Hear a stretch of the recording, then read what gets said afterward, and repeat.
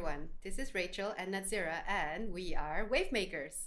Welcome to Season 1, Episode 1 of the show, where we will be diving into the world of influencer marketing.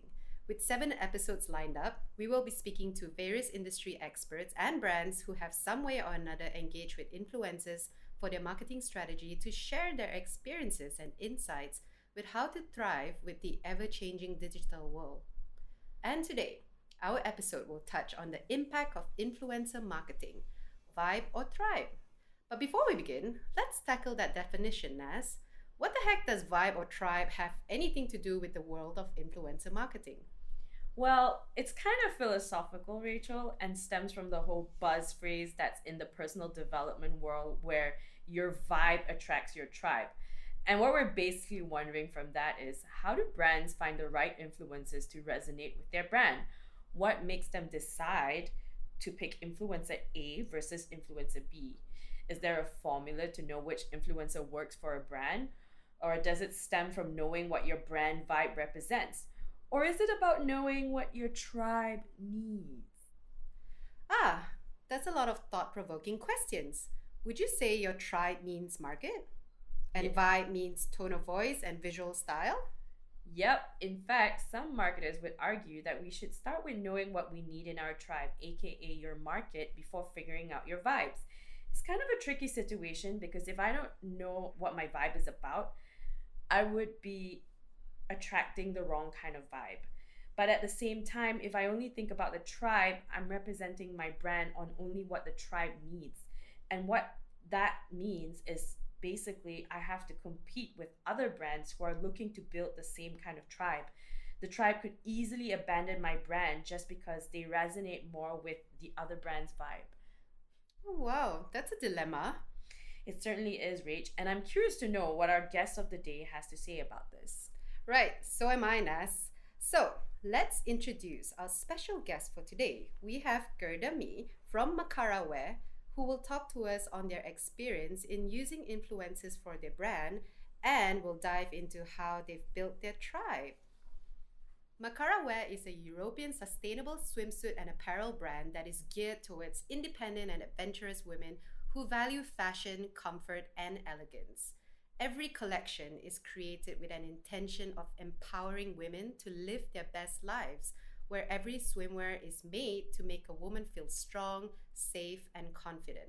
When you look through Makara's channels, you will find that her content direction is simple yet sophisticated, with focus on women who live an active lifestyle. What we love about their brand is how every campaign features influencers who are perceived as muses.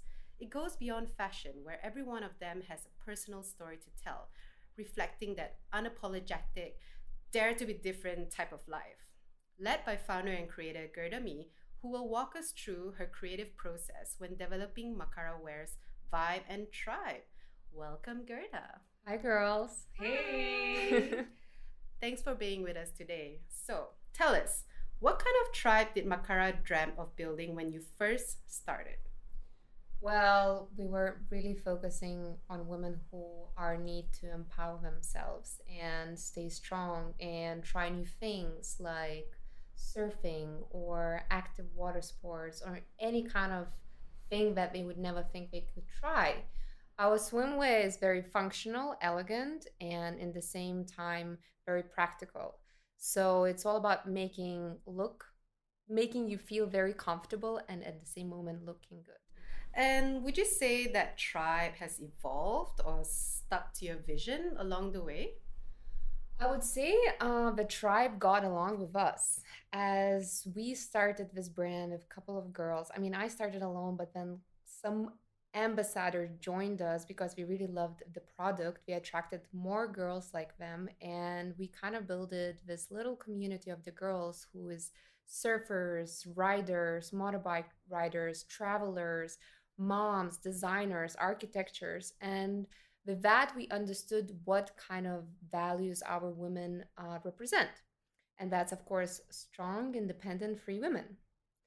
And later on, we kind of tag along some ladies who felt or think the same as we did.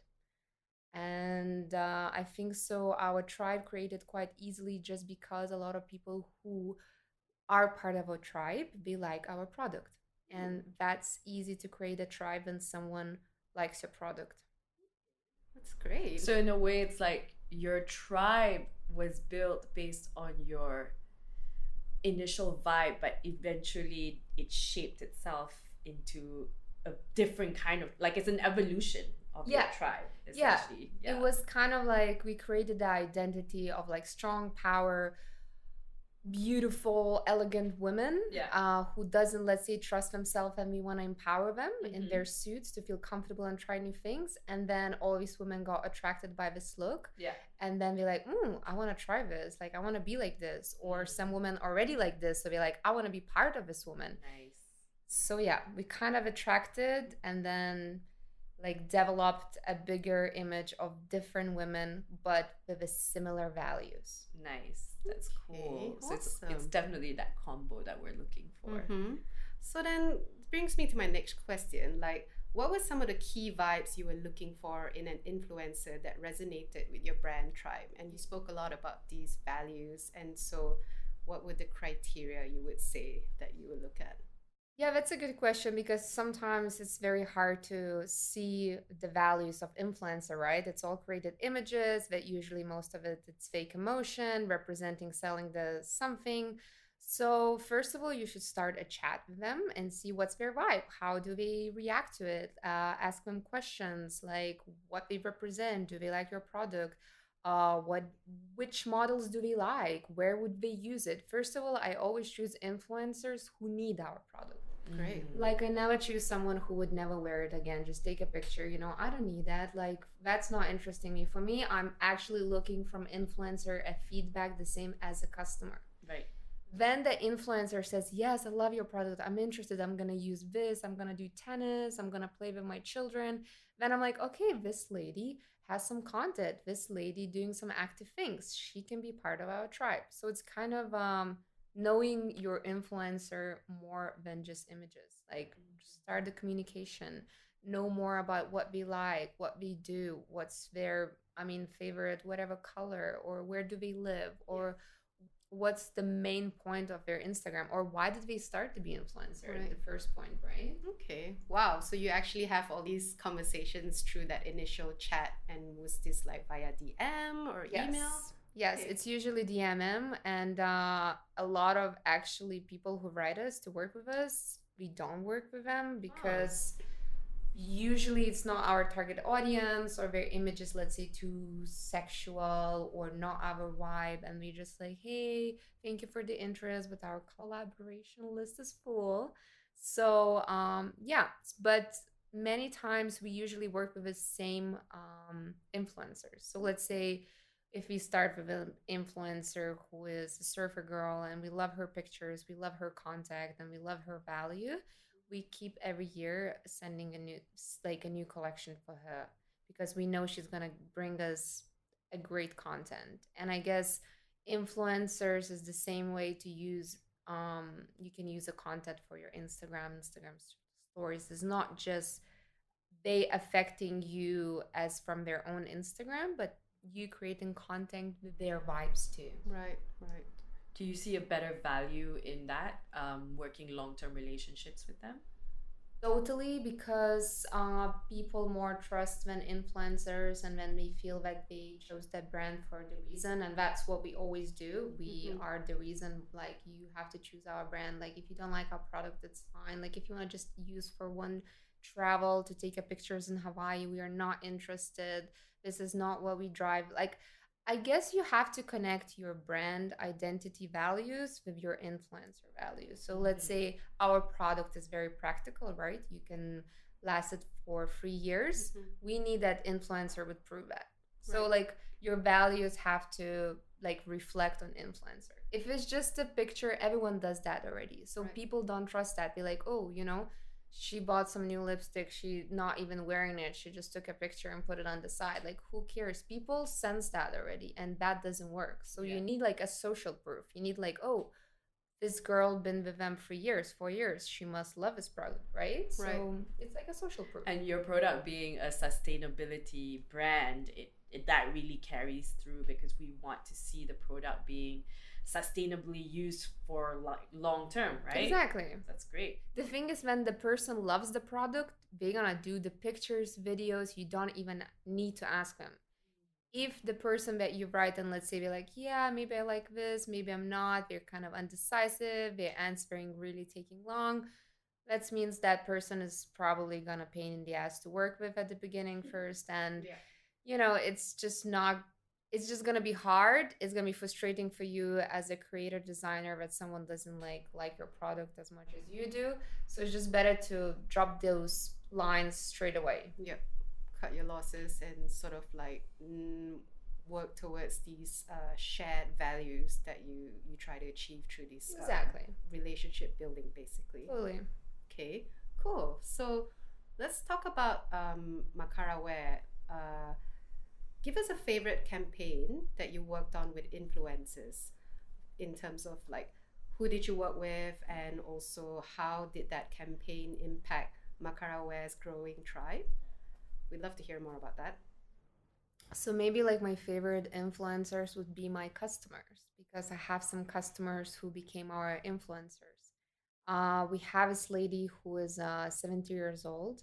She has 70 years old. Should I start No, that's awesome. again? I was just shocked Okay. and impressed. She is amazing, good-looking lady from Australia. The story, how did she find out Makara Wear? Her daughter bought it in Bali, and then she brought it back to Australia, and then the mom stole from the daughter the pieces, and then she ordered more 4 and 5 pieces, and then she started to write us, and it was like, wow, she has already like 7 Makara Wear pieces, right? So I was like, why do you love it so much? So then she explained me all, and I was like, okay, we are sending you some pieces just to shoot and explain, share your love about Makara Wear. So I guess my favorite influencers is the customers who love us so much that they write us amazing letters, and then we give them opportunity to like, I mean, prove it, show it, share it with the world.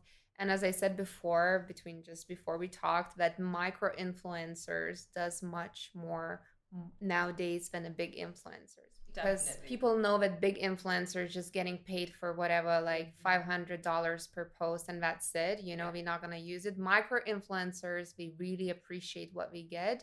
They're going to use it, they're going to actually promote it, what really they feel about it, not just going to say I love his lipstick. They're actually going to say, hey, this lipstick goes with my dress and it's more informative, and that's what people like it. Yeah. The real story, real life. Wow, So, yeah. that's really empowering. Yeah, and so for you, like stories really matter from your customers then. Yeah, that's like we always, after every purchase, we ask to leave a review, tell us about how we feel, send us the pictures. It's like, it's just a social proof as well that we use on our website, but as well, it creates a beautiful Instagram stories that we can use it and stay in contact with our customers. And I guess our brand is having a lot of returning customers, and that's how it became returning. Because if the brand cares about your experience, right? That's what we all looking nowadays. It's experience. It's not just a product. It's more about like, how do you gonna do it? Like, are you gonna care about me? Like, what I'm benefiting from this? Wow, that's great. All right, so let's talk about your Instagram feed. How did you decide on your content direction? I see all these gorgeous travel photos and it's also appealing. Was there a way for you to curate your feed when working with these influencers? So I guess we all need kind of to choose, let's say, I think we need to choose 3 things, like what's your identity represents. So let's say my Instagram represent travels, active sports and like motorbikes, freedom, and then art and fashion. So that's my 3 things that I represent through my Instagram. Otherwise the message gets too much information, too much people who likes that and that. You kind of have to get direct with your message so you target the right audience, people who the same think the same or value the same things or use your swimwear for the same things. So that was my, I guess, picks because I created the brand, let's say, solving the problem for my own need, that I didn't have a swimsuit that I wanted for surfing. And Right. then with my own identity, I created the brand, and Mhm. that identity represents travels, art, fashion, and Okay.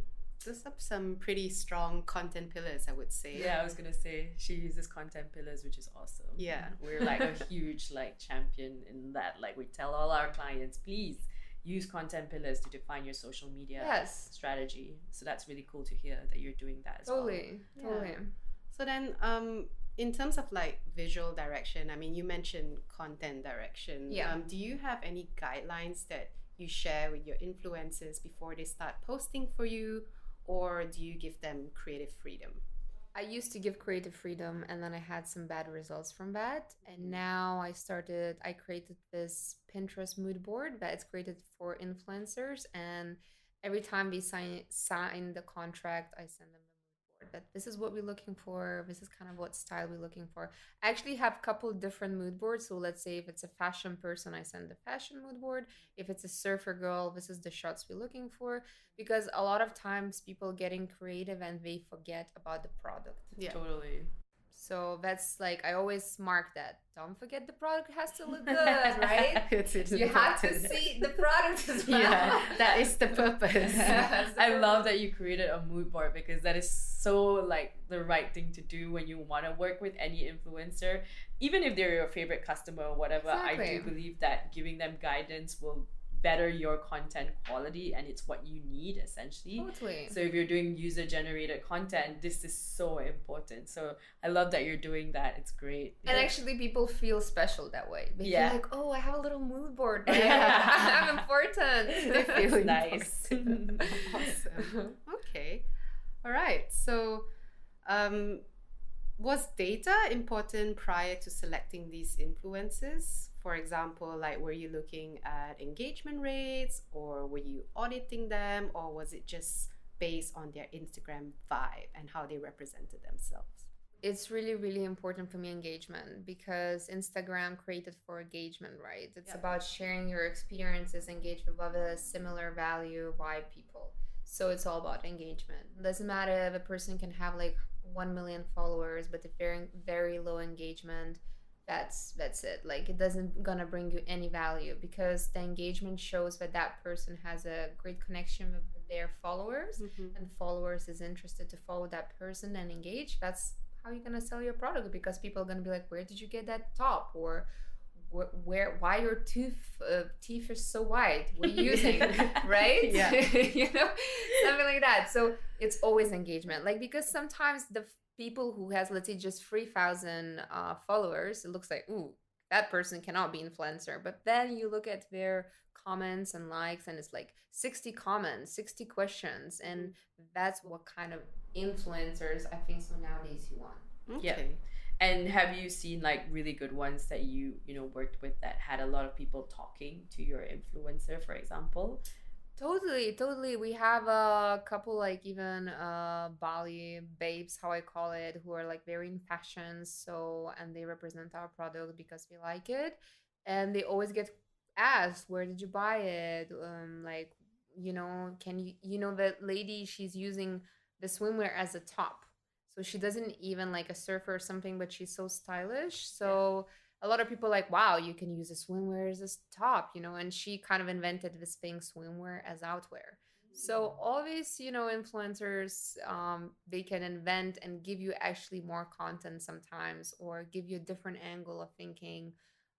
So definitely. Awesome. That's really cool to know that, like, you're reading through these profiles and you discover that people are actually asking about your product with the influencer that you're working with, because you always want to know, right? If you send something, are they going to respond to Yes. your clothing and give feedback and say they love it, or like that's not you, or whatever they're going to say, right? And knowing the fact that people are asking is positive for you, because it's a lead for your sale, right? Sure. And that's awesome to know. Yeah. Yeah. Totally. And I guess, every brand has a different approach with influencer marketing. And for you, Makara Wear, you've decided that micro influencer is the direction moving forward. What inspired that decision to sort of like wrap up your key takeaway when working with influencers? Yeah, totally. I think so. Our idea of a customer is very important to us, and our idea is to empower more women to try new things and feel comfortable. So for me, it's much more important engaging, interesting people who actually do things than rather just to take a picture of a product and do nothing about it. Right, nice. That's a long-term strategy as well. We Yeah. really like that concept. Great. All right. Okay. Thanks, Gerda. Awesome. That's Thank really you, good. girls. All right. So thank you very much, Gerda, for hanging out with us today for the past 20 minutes. It's been great hearing your insights and sharing your thoughts about Vibe or Tribe. And I do think you've got it going on. You've got it going on, I think. And we really hope to hear more from Makara in the years to come, and hope it becomes a sustainable brand, as you mentioned that it is already, even better than it is. Thank you, girls. Thank for your you. time. Awesome. So, Naz, that was amazing having Gerda in the Yeah, house. I was yeah. absolutely vibing with what she's saying. I know, right? And did you think that it was a revelation for you that the tribe and vibe needs to actually come together versus just knowing your tribe, that you also need to know your vibe? Most definitely. I think a lot of brands suffer because they lack that sense of identity. And she brought up a lot of good points of like saying the importance of her values as a brand, because that clarity sort of like gets transmitted into these so-called influencers that she works with. And Yeah. so I found that very insightful to how she talked a lot about values per se. And didn't you think it was interesting that she used a lot of micro influencers? I really like that part because for me personally, we've already done talks about this already, about how micro influencers are the way forward for Yeah. 2019 and Yeah. onwards, and also the fact that she likes long-term relationships. Yeah. That was Yeah. totally what we championed as Yeah. well. So like, I think she's on the right track Yeah. with how she's doing her marketing strategy in influencer marketing. Yeah. And I really, really think that in terms of growth, it's just going to be how that's how brands should be doing it, moving forward. Most definitely. I mean, that's pretty much what we, champion to all our clients Mhm. into suggesting this whole concept of micro influencers. And what was interesting was that she brought it further to sort of like build that relationship with her customers. Yeah. Turning her customers into Yeah, influencers. I exactly. thought, what did you think about that? I love that because for me, she's paying close attention to what the needs of the customers are, which is probably why you create a product brand to begin with, right? You're answering the demands of what people are looking for, and her listening into that and pivoting around what they need is basically the best thing you can do as a brand for your business, to grow. Yeah. So I love that she did that for Yeah. sure. It almost feels like killing two birds with one stone in terms of strategy. She's sort of like 100%. social listening and at the same time finding her influences. So I have a lot of respect for Makara Wear into like this direction that they're taking, and I hope other businesses would too. Yeah, I agree 100%. With that, I would like to say thank you very much to our listeners. And if you haven't done it already, please subscribe to our podcast. This season is going to be a fun one with the upcoming episodes that will drive deeper into the world of influencer marketing. And my name is Nazira. And I'm Rachel. This is a podcast brought to you by Wavemakers, an integrated marketing communications agency recording live from Genesis Creative Center on the island of Gods, Bali.